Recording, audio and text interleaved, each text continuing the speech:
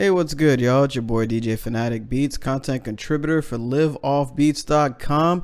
Welcome to this video where I'm doing a beat breakdown of a really dope, like high energy, super high energy. You're probably thinking, yo, this guy is just always so mellow. I don't know how he made a beat that crazy, but hopefully you like it. It's like a dance beat, like a pop beat, like an EDM house type sound, something totally left. I know you're used to me doing, well, actually, I do a lot of different music. So anyway, if you like to follow me, you can follow me on Twitter at DJ Fanatic. That's spelled PHANATIC, or Sounds for Producers on Instagram.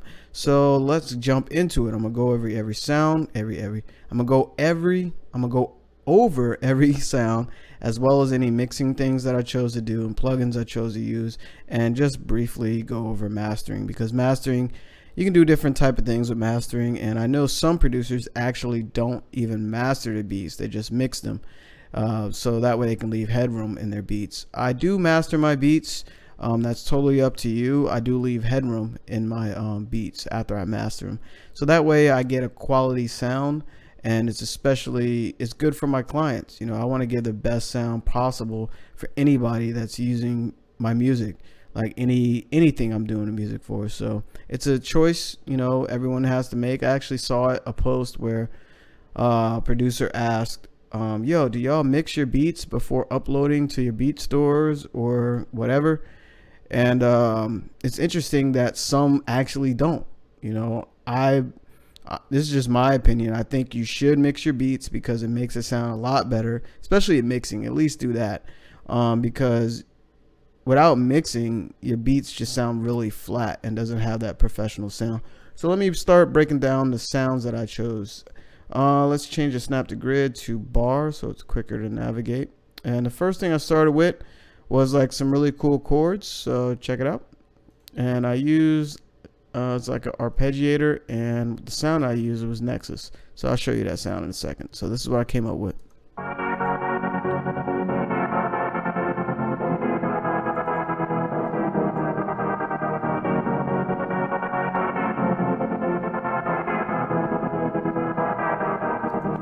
That's how I started a beat right there, that little simple chord melody.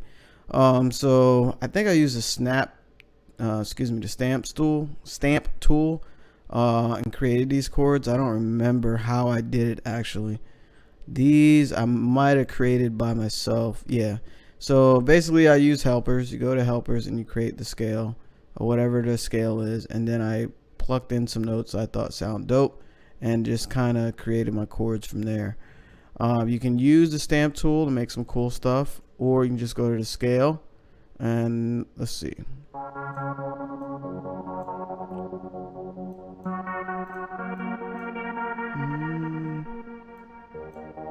See, so it's probably E flat, my bad, or D sharp. So let's try D sharp minor. Go to helpers, scale highlighting, and we'll do D sharp minor.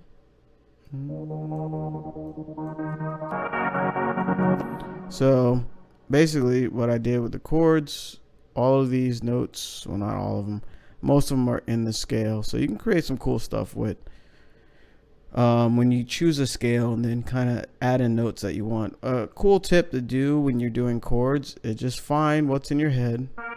This is what initially started these chords. This note, A sharp 5, A natural, G sharp.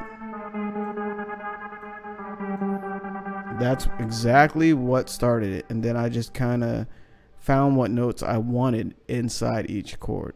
I took a top melody and then created chords underneath that. That's a tip right there that you can take and run with it, because you know chords can get confusing, and you know that's an easy way of building chords under melodies. So the next thing I actually processing wise I did, let me show you what sound it was. That was Nexus, and it's in the gated pads. That's the TG analog voice hack. And processing wise, I just EQ'd it and cut the lows and cut the highs.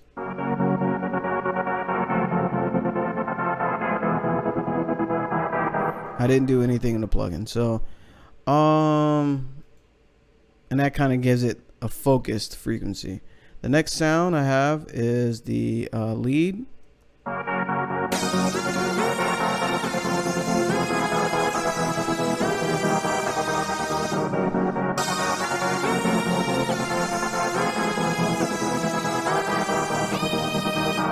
And notice I just cut the lows on that. I cut it at 200 hertz, and the sound actually uses expand too. A lot of cool stuff you can do in expand. Not a lot of people use it, but I've actually been using it over the years. That's the hard leads. Under hard leads, it's called Fat Melody Plus. And notice how musically the phrasing of the melody is a two-part phrase. It's not just the first part. It changes the second time, and that creates a little more diversity in your music and your beats, especially when it comes to melodies. And this is like a house beat, so you know it just needs energy. The next thing I added was bells.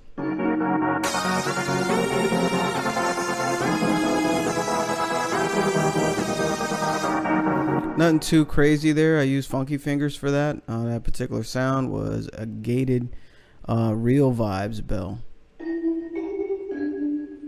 and that's what it sounds like. And with the bell, I just EQ'd it, didn't do nothing too crazy, similar to what I did with the prior sound, but left a little more highs. That way it can carry over a little more. Then I added some more chords. This chords basically is like the meat, like meat and potatoes. You're adding substance to it. So these are different chords and a different sound, obviously. And I chose to go with funky fingers as well. I like to try different plugins and different beats. Sometimes I stick with the same plugin. It doesn't really matter.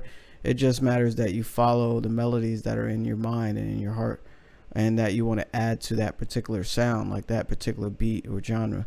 This was a pad, and it's called Karma. So let me play that.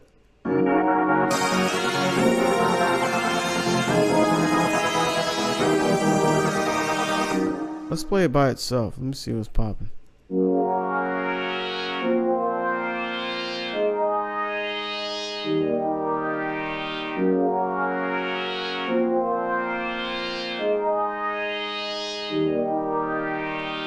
So basically, I took the same notes that were in the first melody and inverted a lot of chords. So I'm not going to go over chord inversions because this could be a really long video, but you can actually take the same notes and just move them around that are in the chord. You can basically highlight them, control left click, and then control down, put it down an octave, or whatever you want to do as far as putting them somewhere else in the chord.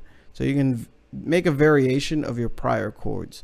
That is another tip that you can do as a producer, because coming up with the same different chords every time, it could be very time ineffective. Basically, it'll take forever. Or you can use the same chords and just invert them, and you have a different layer and you have a different sound. So it sounds like something totally different, and it just adds that much more to the musicality of the beat. So now that I have those four elements, just four melodies, simple bell, a main melody with the lead, and some chords that pretty much go out through the beat, and also inversion of them, I started getting to the drums. So the next thing I did was the kick, I believe. Yep.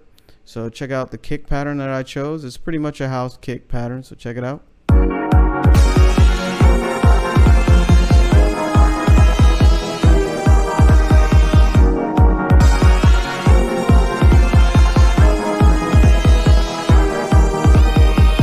See, I was vibing right there. So with the kick, I didn't want to do a straight 4 on the floor, boom, boom, boom, boom. I want to do like some triplets, not triplets, but double ups here and there. So that was just, you can do that as your own thing that you want to do. It doesn't matter what rhythm you chose. And actually, let's see what I did with the kick. Kick is obviously sidechain to the bass, and EQ, I boosted the low mid for that particular kick. Every kick is unique and different, so you can try different stuff. Next thing was like just a hit or something. So like a cymbal. Check it out.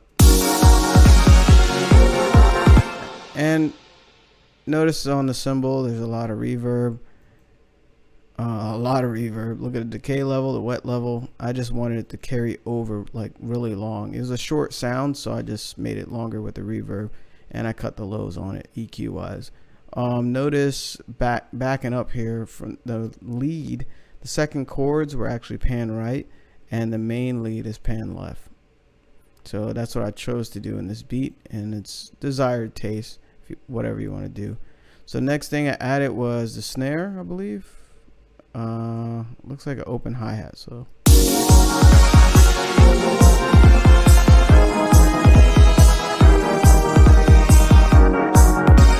and the open hi-hat is hitting on at the end of the beat, is on and just to give it a little vibe to it and a feeling, because you know, like when you're feeling out any type of music, you want some stability, some things that make your listener come back to the music, but you don't want to go too crazy where you just straight lose your listener.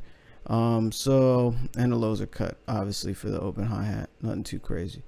So the next thing I added was a clap, and I used two different claps. Looks like I put them in the same pattern. Let's check.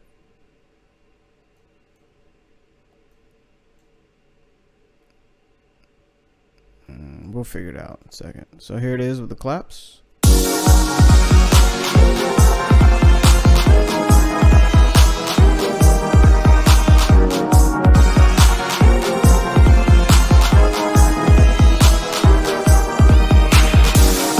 There we go. Notice pattern 10 is different than pattern 9. That's where I used like an echo clap at the end of the 4-bar. Every 4 bars you could add just like a little different percussion or a clap or whatever at the end of it. So it basically puts an exclamation point on that sentence and it begins another sentence.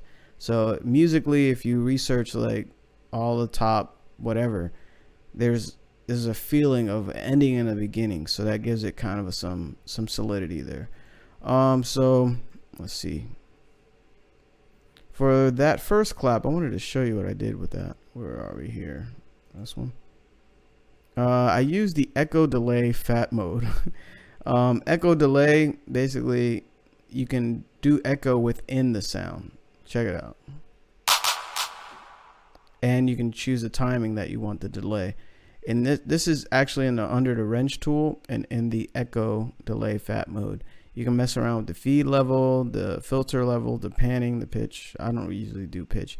You can do fat mode or ping pong. I don't know what fat mode is. Let's see.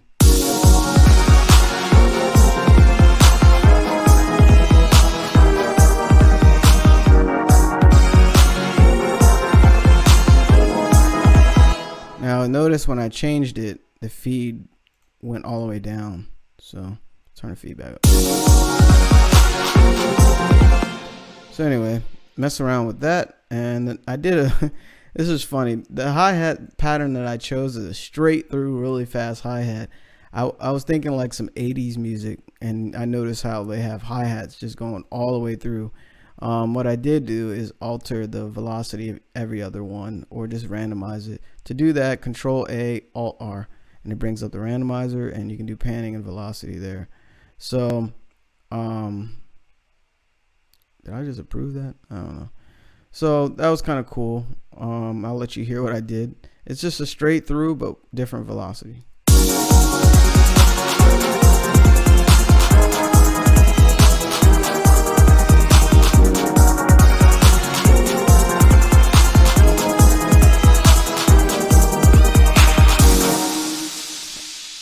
And notice on the highs, I just basically cut the lows.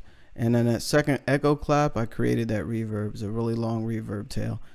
Like I said, giving an explanation point. So explanation, whatever. So the final sound in this beat is a bass line.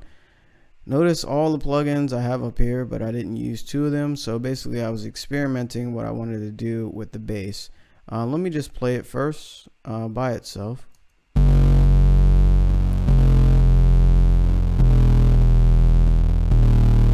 It's probably one of the dirtiest basses you'll ever hear, which I did all kinds of craziness. And this is without effects.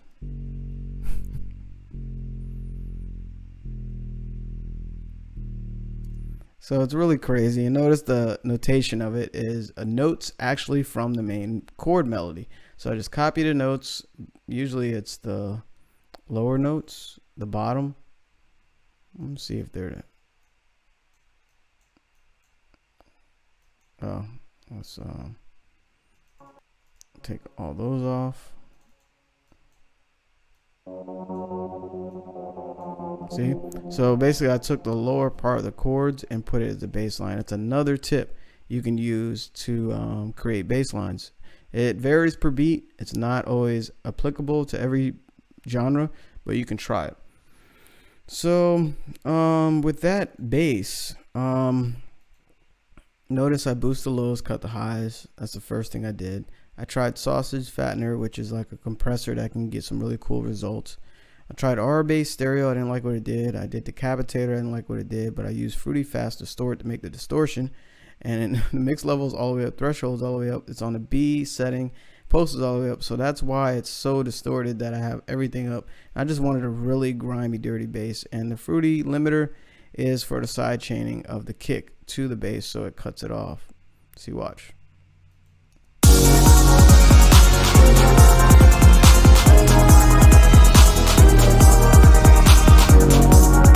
And you can actually pause this so you can visually see it. These little white peaks here is the kick cutting through the bass line, so the kick would stand out more. I could lower the threshold and shorten the release, would make it a little tighter, but I want it a little fuller so that way it's rounded.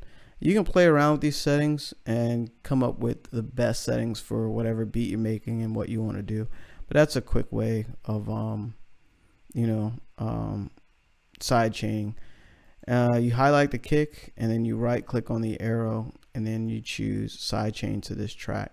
For instance, I did that. Highlight the kick, right click on this, it's already selected, and then you side chain to this track. Then you load the Fruity limiter onto the bass, only the bass, and then you go into Fruity limiter, click on compression, and lower the threshold. The knee you can play with, but I turn those all the way up unless I want to do some precise stuff. And you can also save this like as a preset. So every time you click here, right click, I have side chain as a preset. See what I'm saying? So that way your work flows faster too. So that's a little gem right there. So anyway, let me play the beat. Mastering wise, I use Isotope usually. I use Neutron 2, which does a track assistant, and that determines kind of what you want to do with the there's an algorithm, and it's based on what's playing. It listens to the music, analyzes it, and chooses certain modules.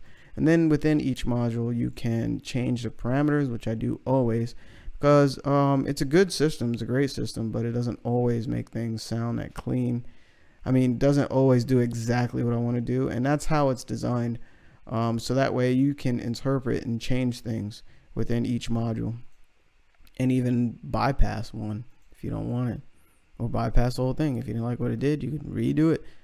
Basically hit track assistant, you choose what type of instrument. You can use this on specific instruments or auto detect. You can use the style, balance, warm, up front. I think the new version has different styles, but this is only like a year old. You can use the intensity, low, medium, or high, so you can do some cool stuff. So I'm gonna hit cancel since I already did it. And I'm gonna start the beat over from the beginning into the chorus and some of the verse sections, so that way you get the feel of the beat.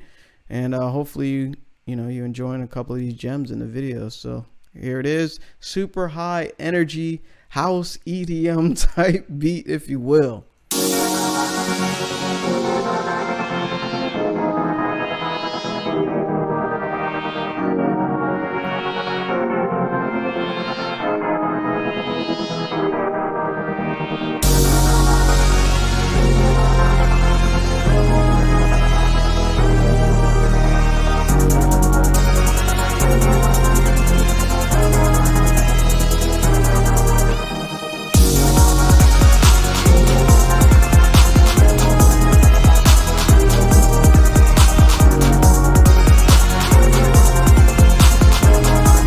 Going on.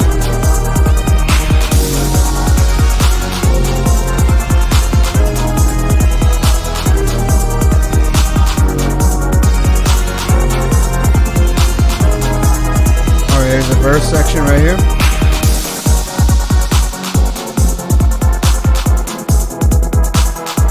Those hi-hats are crazy. A little break. break and a change up here.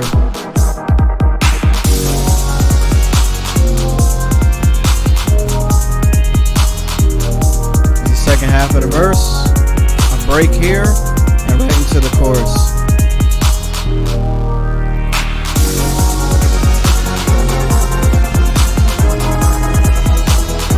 And for the second part of the verse is a different vibe than the first part, so check it out. It's a big breakdown right here. And the end.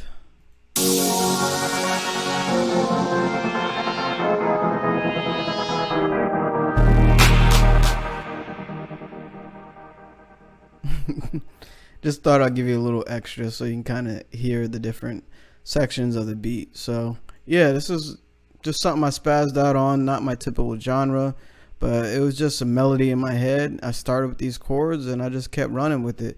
And sometimes, you know, as producers, we start with something and just end up with something totally different. But hopefully you enjoyed the video. Hopefully you're inspired to make your own music and also use some of the techniques that I use in this beat. And you can just, you know, experiment with things and just try different things and never put yourself in a box as a creative, as a music creative. So again, if you like to follow me, you can follow me on Twitter at DJ Fanatic. That's PHANATIC, or Sounds for Producers on Instagram as well. So again, it's your boy DJ Fanatic Beats, content contributor for LiveOffBeats.com. I'll check you out in the next video. Peace and love, yo.